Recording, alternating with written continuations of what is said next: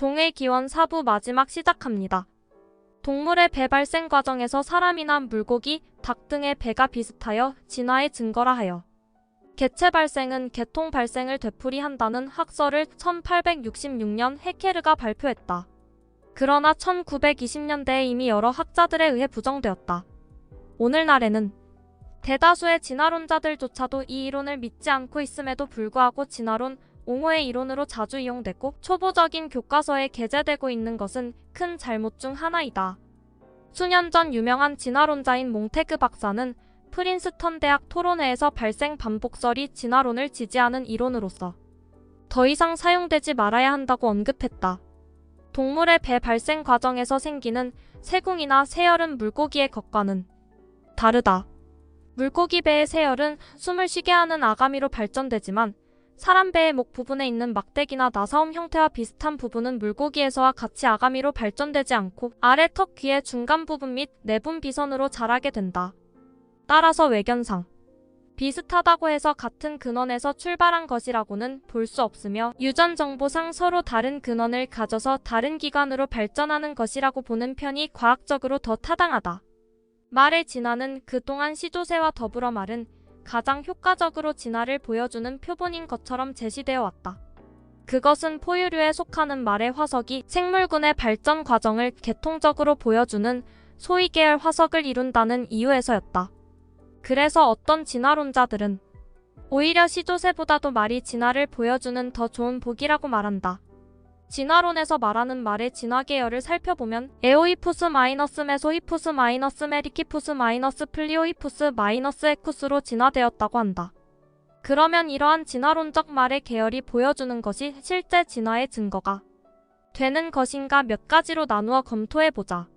첫째, 최초의 말이라고 추측하는 에오히푸스는 적어도 말이 아니다. 실제 최초로 발견되어졌을 때는 그것은 그와 같이 분류되지 않았었다. 그의 골격구조와 삶의 생태를 추적해볼 때 그것은 오늘날 바위 너구리와 흡사하다. 더욱이 에오히푸스의 화석은 에쿠스 네반덴시스, 에쿠스 옥시덴탈리스 등 현재의 두 말 종류와 같은 표층에서 나란히 발견되어진다. 둘째, 말 화석의 완벽한 계열이 아래서부터 위층까지 적절히 진화론적인 질서로 암석층에서 정렬된 채로 발견되는 곳이 세상의 어느 곳에도 없다. 이러한 배열은 단지 구세계에서 신세계로 화석을 차례로 배열함에 의존하므로 그들이 어떤 순서로 들어가는가에 따라 심각한 논쟁이 있게 된다. 이에 대하여 어느 전문가는 누가 그 이야기를 꺼냈는가에 의하여 크게 의존하고 언제 그 이야기가 발표되었는가에 따라 진화 계통수의 자리 다툼을 위해 경쟁하는 많은 화석말들이 있다고 하였다. 셋째, 발가락이 많은 동물로부터 한 개의 발가락을 지닌 동물로의 배열이라는 것은 순전히 이론에 불과한 순서 배열로 많은 반론을 지닌 부자연스러운 배열이다. 이러한 모든 예를 통하여 볼 때 말 화석은 종류대로의 말을 보여주며 결코 진화의 증거로는 부적당한 것들임을 알 수 있다. 만일 동일한 종 내에서의 변이를 선입견을 가지고 대한다면 오늘날 살아있는 사슴이나 기린 등도 말의 계열과 같이 진화를 보여주는 것으로 얼마든지 인위적으로 배열할 수 있을 것이다. 지금까지 말의 화석이 진화를 보여주는 것으로 여겨져 온 것은 결코 객관적 증거에 의한 것이 아님을 알 수 있다. 진화론에서 파충류와 조류의 중간 형태라고 내세우는 가장 유명한 것은 시조새의 화석이다. 이제까지 발견된 많은 시조새의 화석 중 가장 선명한 것은 독일의 졸르노펜의 석회암에서 발견된 주라기 화석이다. 시조새의 새로서의 특징은 깃털, 날개, 부리이며 파충류로서의 특징은 뼈가 있는 긴 꼬리, 날개 전면의 발톱, 부리의 치아 등이다. 그러면 시조새가 정말로 진화론에서 말하는 파충류와 조류의 중간 형태인지 알아보자. 진화론자들은 시조새의 깃털이 파충류의 비늘에서 진화했다고 한다. 그러나 시조새의 깃털은 다른 종류의 새들과 마찬가지로 완전히 발달한 형태이다. 시조새는 완전히 날 수 있는 새의 깃털을 가지고 있었다. 그러므로 깃털로서는 조류가 파충류에서 발생했다는 어떠한 증거도 찾을 수 없다. 진화론에서 시조새가 파충류와 비슷하다고 주장하는 또 하나의 특징은 날개의 앞쪽 끝에 있는 발톱날개 발톱이다. 그러나 날개 발톱이 시조새가 파충류와 조류의 중간 형태라는 증거가 되지 못하는 이유로 현존하는 새 중에도 날개 발톱을 가진 새가 있다는 점을 들 수 있다. 예를 들면 현재 남아메리카에 서식하고 있는 호에친, 남미산의 뱀을 잡아먹는 새이라는 새는 날개 끝에 발톱 2개가 있다. 호에친은 100% 새이면서도 날개 발톱을 가진다. 그러므로 날개 발톱은 시조새가 중간 형태라는 증거로 전혀 사용될 수 없다. 생물 간의 유사성과 차이를 통해 근형관계와 그 계통을 유추하고자 하는 것이 진화론의 방법이기는 하지만 분자 수준에서 유사성은 제고되어야 한다. 분자의 생화학적 상동 현상이 공통의 조상으로부터 진화했다는 증거가 될 수 없다는 얘기다. 이제껏 진화론에 근거한 생물종 간 비교와 아미노산 배열의 예는 거의 진화론을 지지하는 쪽으로 보고되고 있다. 그러면 다음과 같은 예는 진화론적으로 어떻게 설명할 수 있을까? 여러 동물의 체내에 존재하는 단백질인 인슐린의 아미노산 차이를 한번 비교해보자. 인슐린을 이루는 아미노산의 구조가 닭, 오리, 타조의 경우에는 거의 유사하며 생쥐와 토끼도 서로 닮아있다. 그런데 가다랭이라는 물고기의 인슐린 구조는 같은 어류인 보거보다 오히려 닭이나 오리, 사람 등과 더 유사한 것으로 나타났다. 또한 생쥐는 가까운 돼지보다는 오히려 닭, 방울뱀, 가다랭이와 더 가까운 것으로 나타났다. 다른 예로 시토크롬.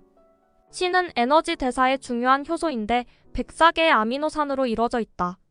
이 아미노산의 동물 간 유사성을 조사해봐도 비슷한 결과를 얻을 수 있다. 예컨대 젖먹이 동물인 회색고래의 시토크롬 C는 같은 젖먹이 동물인 원숭이보다 오리의 그것에 더 가까운 것으로 밝혀졌다. 또 두꺼비는 방울뱀보다 초파리와 더 유사한 것으로 나타났다. 참치의 시토크롬 C도 같은 어류인 돈발상어보다 오히려 토끼의 그것과 닮았다. 이상의 예를 통해 진화론을 부정하는 사람들의 시각과 그들의 주장하는 근거에 대하여 고찰해 보았다. 3. 종의 기원의 의의 및 역할. 현대 생물 진화론을 주장한 다윈은 그의 저서 종의 기원에서 나는 유추를 통하여 모든 동물과 식물은 어떤 하나의 원형으로부터 왔다고 하는 신념에 이르게 되었다고 했다. 100년이 지난 지금 그 영향은 실로 엄청나게 여러 분야에 영향을 미치고 있다. 진화론의 신봉은 생물학자들에 국한된 것이 아니다.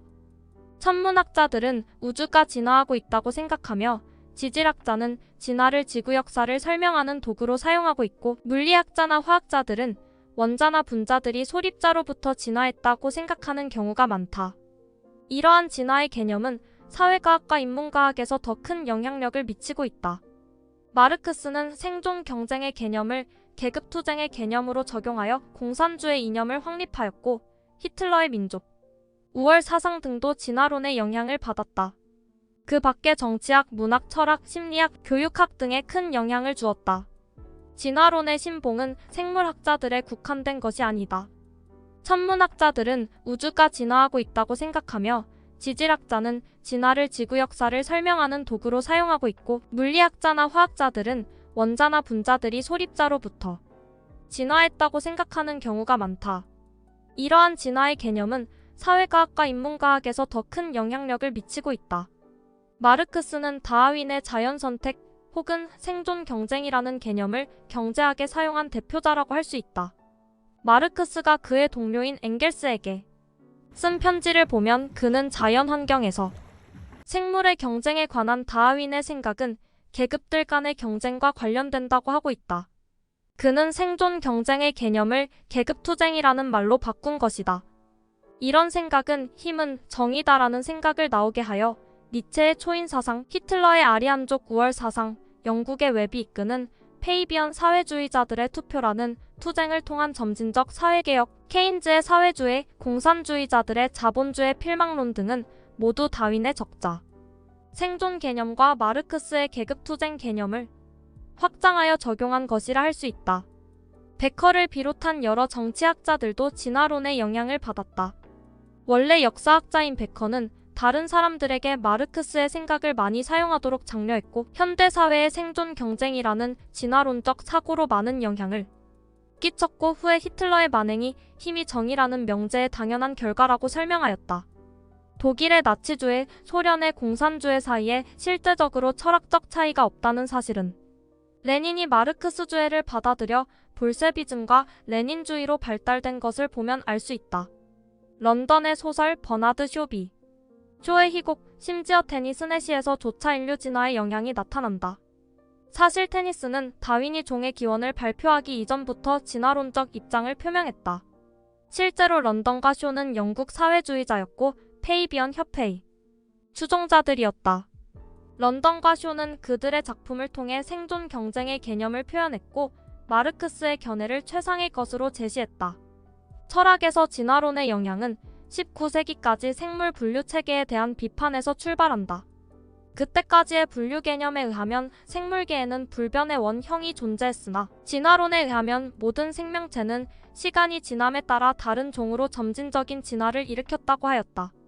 여기에서부터 모든 사물을 상대적이라고 생각하게 되어 논리체계에서도 혼란이 일어났다. 아리스토텔레스적 사고원리는 다중가치 논리체계에 의해 도전을 받았다. 진화론을 전적으로 받아들인 대표적인 철학자로는 20세기 신철학의 발달에 많은 영향을 미친 뒤를 들 수 있다. 어쩌면 당대 시대적인 상황에서 가장 큰 영향을 받은 것은 종교일 것이라 생각된다. 19세기 초에 종교와 과학은 상당히 우호적인 관계를 누리고 있었다. 종의 기원이 출간되기 단지 2년 전에 생물학자이자 하버드 대학 교수인 루이 아가시는 생물계가 주의 깊은 사전 계획지에 위대함을 나타내며 자연사의 주요 목적은 우리의 창조주의 생각을 분석하는 것이라고 기술하였다. 아가시의 관점은 특이한 것이 아니었다. 많은 사람들이 과학과 종교는 양립할 수 있는 것으로 여기고 있었다. 과학적 발견은 흔히 위대한 창조주에 대한 증거로 인식되었다. 그러나가 미묘한 틈이 종교와 과학 사이에 생겨나기 시작하였다. 회의적인 태도가 뿌리내리다 찰스 라이엘의 지질학 원리는 제한권이 1830년에 출간되면서 성서의 창조 기록에 의문을 던졌다. 라이엘은 창조가 문자적인 6일 만에 이루어질 가능성이 없다고 주장하였다. 물리학자 프레드 호일은 이렇게 기술하였다.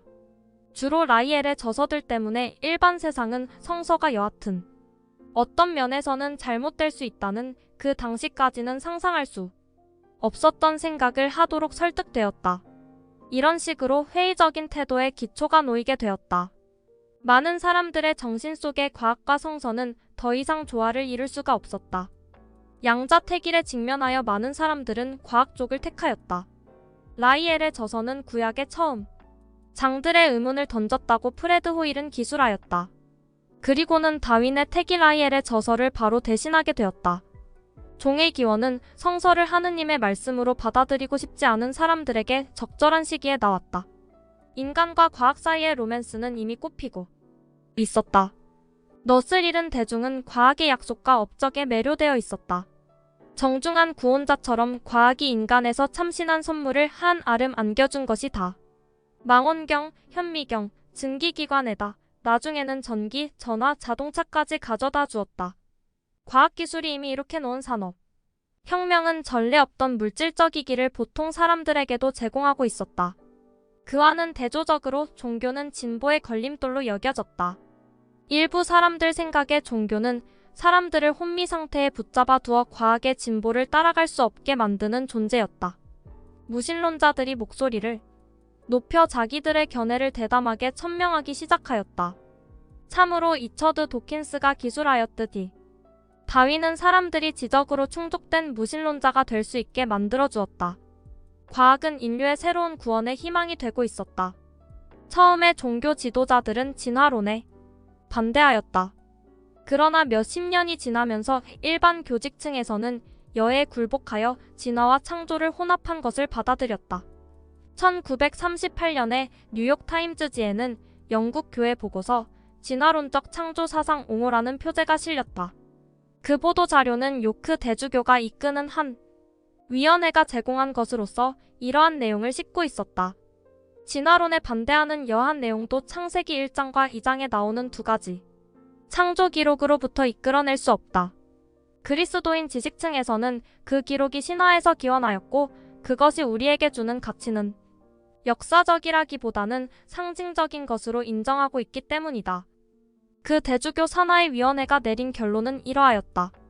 여러분은 자신이 좋을 대로 생각해도 여전히 그리스도인일 수 있다. 많은 사람들이 보기에 성서를 진화에 끼워 맞추어 보려는 그러한 시도는 성서의 신빙성을 떨어뜨릴 뿐이었다. 그 결과 성서에 대한 회의적인 태도가 확산되었으며 오늘날까지 그런 상태가 계속되고 있다고 보는 측면도 강하다.